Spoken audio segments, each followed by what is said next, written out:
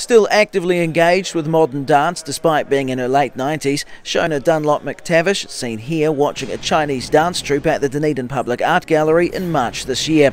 Born in Dunedin in 1920, her dancing career was the subject of two films, one being the 2009 production Wind Dancer, where she spoke of travelling to Vienna as a young teenager and studying under choreographer Gertrude Bodenwieser. She used to stare at me through a little lorgnette and say, "Shoni, Shoni, rechter Fuß." She would get very cross because I was always going the wrong direction.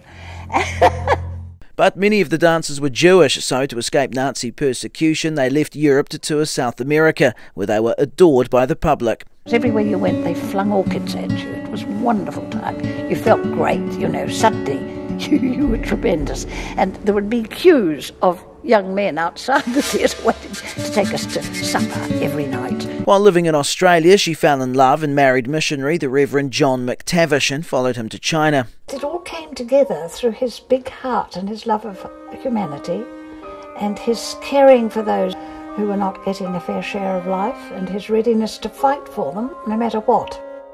My dancing friends all thought I was mad. Marrying a missionary, going off to China, the last thing they would ever have thought I would do.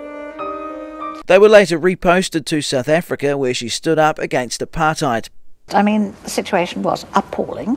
So we became part of what they call the torchbearers, which were people fighting it. For the first time, we insisted that the African and the European were to attend the same performance. And that was absolutely a no-no, And then I started teaching African children to dance. But it didn't happen that way. They taught me.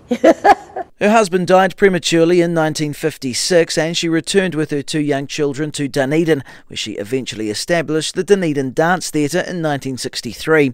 She later received an MBE and an honorary doctorate from Otago University and was still teaching dance well into her 90s.